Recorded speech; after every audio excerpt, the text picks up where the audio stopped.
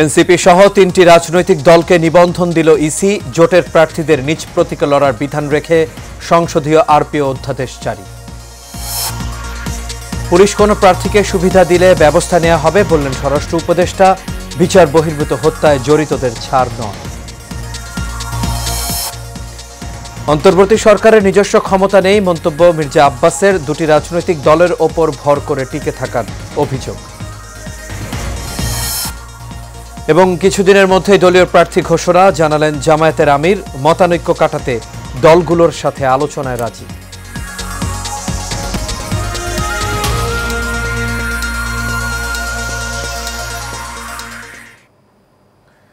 সবাইকে স্বাগত এশিয়া নিউজে। দর্শক, পুরো সংবাদ জুড়ে আপনাদের সঙ্গে আছি আমি আনোয়ার রাজ। এতক্ষণ শুনছিলেন বিআরবি কেবল ইন্ডাস্ট্রিজ লিমিটেড সংবাদ শিরোনাম। এবার চলে যাচ্ছি পুরো খবরে। জাতীয় নাগরিক পার্টি এনসিপি সহ ৩টি দলকে নিবন্ধন দেওয়ার সিদ্ধান্ত নিয়েছে নির্বাচন কমিশন। অন্য দুটি দল হল বাংলাদেশ সমাজতান্ত্রিক দল ও বাংলাদেশ আম জনগণ পার্টি। আজ মঙ্গলবার রাজধানীর আগারগাঁয়ে নির্বাচন ভবনে নিজ কার্যালয়ের সামনে নির্বাচন কমিশন সচিবালয়ের সিনিয়র সচিব আক্তার আহমেদ সাংবাদিকদের এসব তথ্য জানান।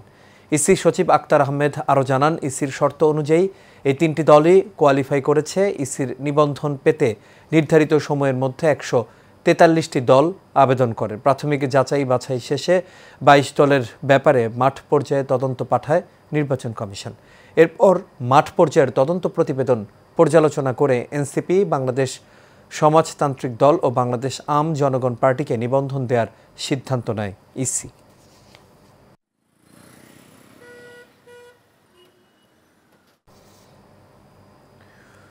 উপদেষ্টা পরিষদের নীতিগত অনুমোদনের পর গণপ্রতিনিধিত্ব আদেশ আরপিও সংশোধন অধ্যাদেশ জারি করেছে আইন মন্ত্রণালয়।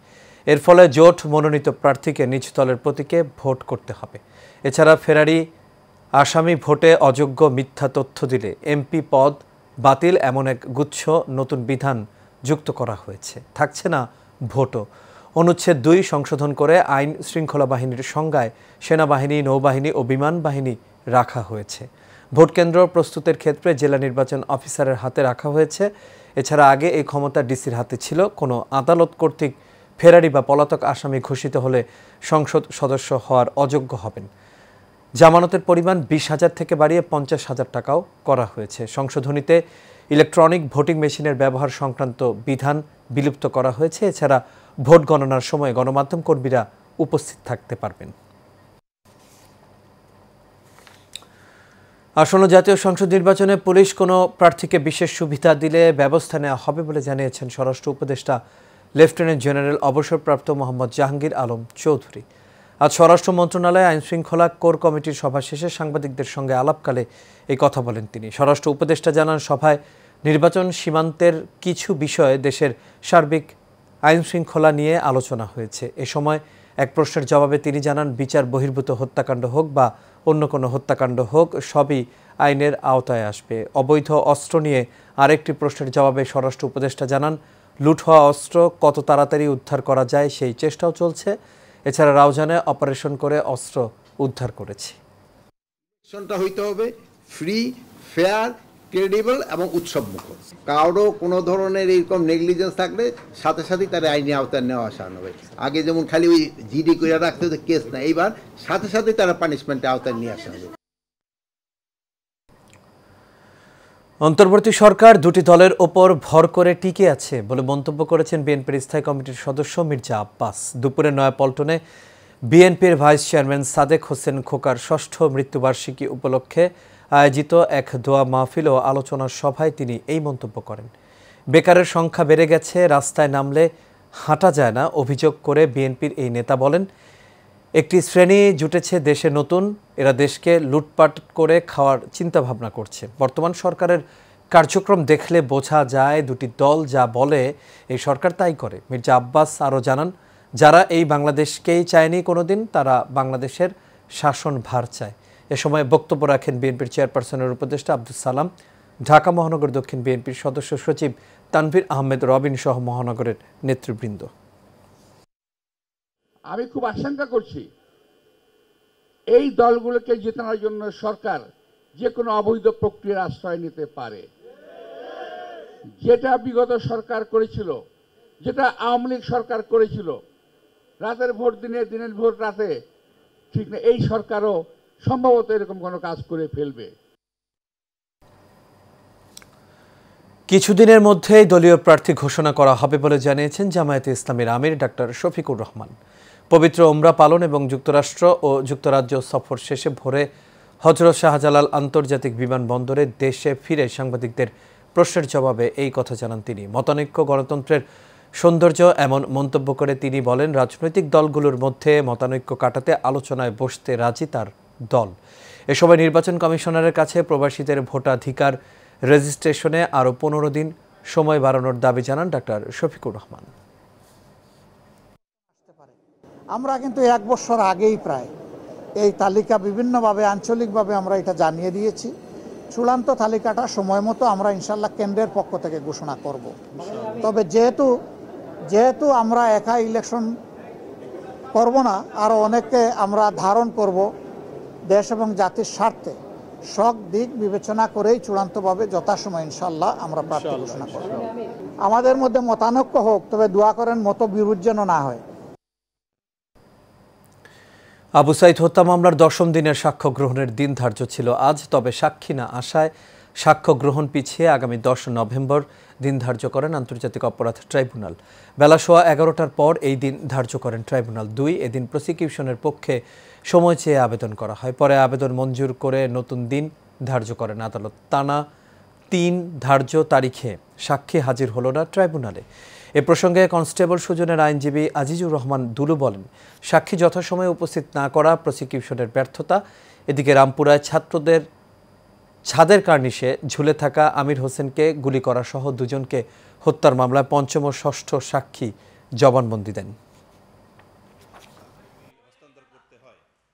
এই সাক্ষী যখন গত 3টি ধার্য তারিখে উপস্থিত হয়নি, আমরা সেই সময়ের আবেদন সরাসরি না পেলেও এবং কারণ জানতে না পারলেও ইহা প্রতীয়মান হয় যে প্রসিকিউশনের ব্যর্থতার কারণে এই সাক্ষী উপস্থাপিত হয়নি আদালতে। খুব দ্রুতই আমরা এখানে একটা অবকাঠামো নির্মাণ করব। এখানে মেডিকেল কলেজ হবে, যেটা বিশ্বের বুকে সবচেয়ে 1 নম্বর মেডিকেল কলেজ হবে বলে আমরা আশাবাদ ব্যক্ত করি। এবং আমরা আশা করতেছি যে এটা একটা ইন্টারন্যাশনাল মানের মেডিকেল কলেজ এবং সাথে হাসপাতাল হবে। এবং এই কলাতিয়াবাসী আমার কাছে মনে হয় যে এখানে সাংঘাতিকভাবে উপকৃত হবে। সেই সাথে আমাদের যারা স্টুডেন্ট সমাজ আছে সেইখানে উপকৃত হবে।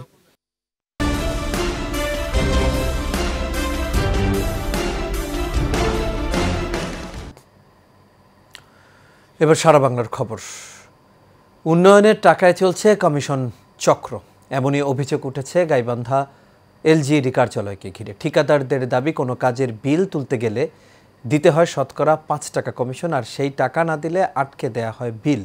আবার টাকা দিলে কাজ না করেও বিল উত্তোলনের ঘটনাও ঘটেছে। সম্প্রতি এসব নানা অভিযোগের জেরে এলজিইডি অফিসে উত্তেজনা ছড়িয়ে পড়লে ক্ষমা চাইতে বাধ্য হন নির্বাহী প্রকৌশলী নিজেই।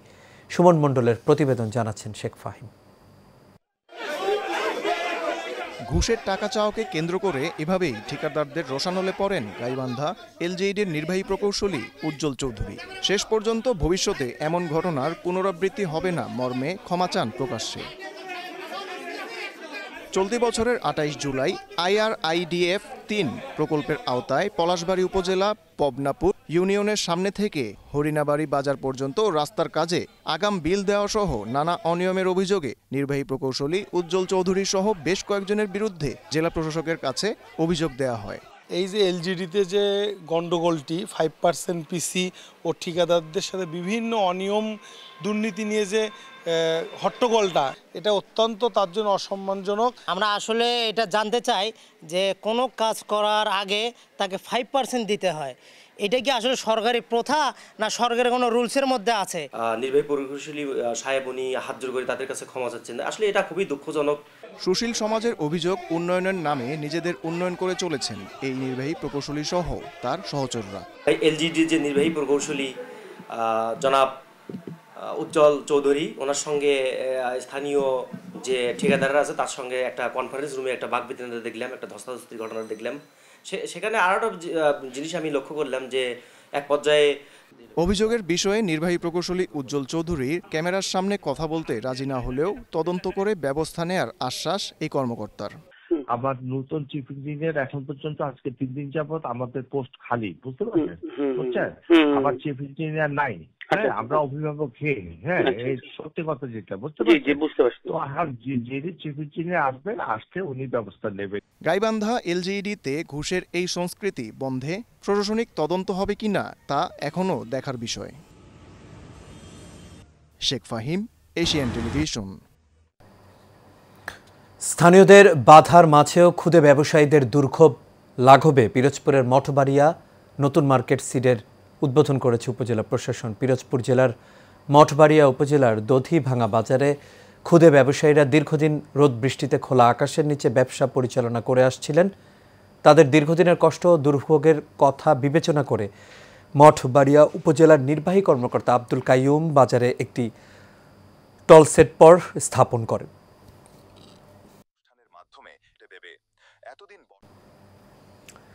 বাংলাদেশ সড়ক পরিবহন কর্তৃপক্ষ দিনাজপুর সার্কেলের আয়োজনে সচেতনতামূলক কর্মশালা অনুষ্ঠিত হয়েছে। জেলার কালেক্টরেট স্কুল অ্যান্ড কলেজে এর আয়োজন করা হয়। সার্বিক সহযোগিতায় ছিল জেলা প্রশাসন এবং নিরাপদ সড়ক চাই নিশ্চা।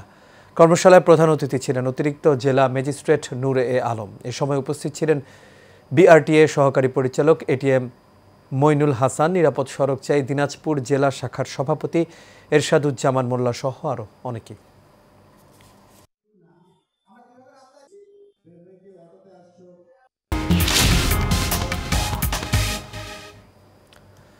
এবার আন্তর্জাতিক প্রসঙ্গ। যুক্তরাষ্ট্র যদি ইরানের সঙ্গে সহযোগিতাপূর্ণ সম্পর্ক স্থাপন করতে চায় তাহলে অবশ্যই ওয়াশিংটনকে ইসরায়েলের প্রতি সমর্থন থেকে সরে আসতে হবে, এমনটাই জানিয়েছেন ইরানের সর্বোচ্চ ধর্মীয় নেতা আয়াতুল্লাহ আলী খামেনি। তেহরানে এক অনুষ্ঠানে খামেনি বলেন, যুক্তরাষ্ট্র স্বভাবগতভাবে আগ্রাসী এবং আত্মসমর্পণ ছাড়া আর কিছুই তারা গ্রহণ করে না। তারপরও যুক্তরাষ্ট্রের সঙ্গে সহযোগিতাপূর্ণ সম্পর্ক স্থাপনের ব্যাপারটি ইরানের বিবেচনায় আছে। যদি তারা ইসরায়েলিদের সমর্থন দেয়া বন্ধ করে, মধ্যপ্রাচ্য থেকে তাদের সামরিক ঘাঁটিগুলো প্রত্যাহার করে নেয় এবং এই অঞ্চলের বিভিন্ন ইস্যুতে নাক গলানো বন্ধ করে, তাহলেই ইরান যুক্তরাষ্ট্রের সঙ্গে সহযোগিতাপূর্ণ সম্পর্ক স্থাপনের ব্যাপারটি গুরুত্ব দিয়ে বিবেচনা করবে বলে জানান তিনি। ঢাকা 11 আসনে ডক্টর এম এ কাইয়ুমকে মনোনীত করায় আনন্দ র্যালি করেছে বাড্ডা থানা বিএনপি। সকালে বাড্ডা থানা বিএনপির আয়োজনে এই র্যালি অনুষ্ঠিত হয়। র্যালিটি বাড্ডা ফুজি টাওয়ার থেকে রামপুরা আফতাবনগর সড়ক প্রদক্ষিণ করে। এ সময় ঢাকা মহানগর উত্তর সদস্য জাহাঙ্গীর মোল্লা এবং বাড্ডা থানা বিএনপির সভাপতি আব্দুল কাদের বাবু ও 97 নম্বর ওয়ার্ড বিএনপির সভাপতি স্বপন, সাধারণ সম্পাদক বিপ্লব সহ বিএনপির সকল অঙ্গ সংগঠন নেতৃবৃন্দরা উপস্থিত ছিলেন। বক্তারা বলেন, দলীয় নির্দেশনা মেনে মনোনীত প্রার্থীদের পক্ষে কাজ করবেন তারা।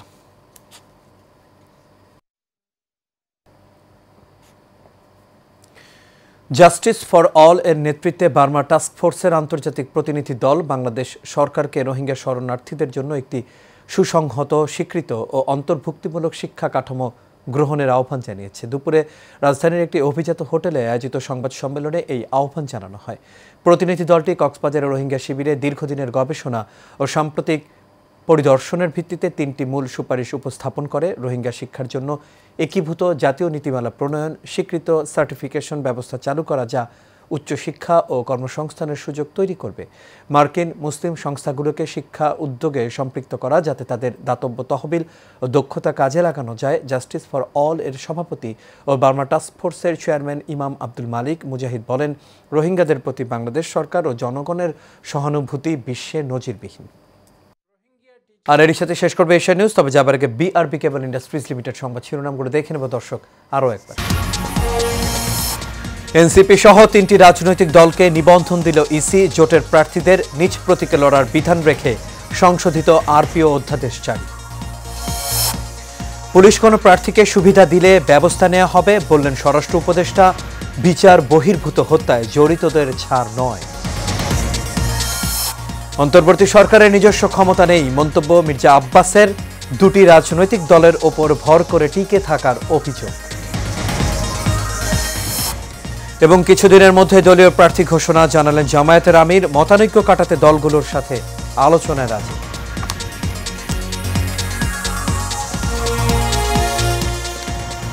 দর্শক এই ছিল আমাদের এখনকার আয়োজনে। আমাদের পরবর্তী সংবাদ দেখার আমন্ত্রণ রইল। এতক্ষণ সাথে থাকার জন্য সবাইকে ধন্যবাদ।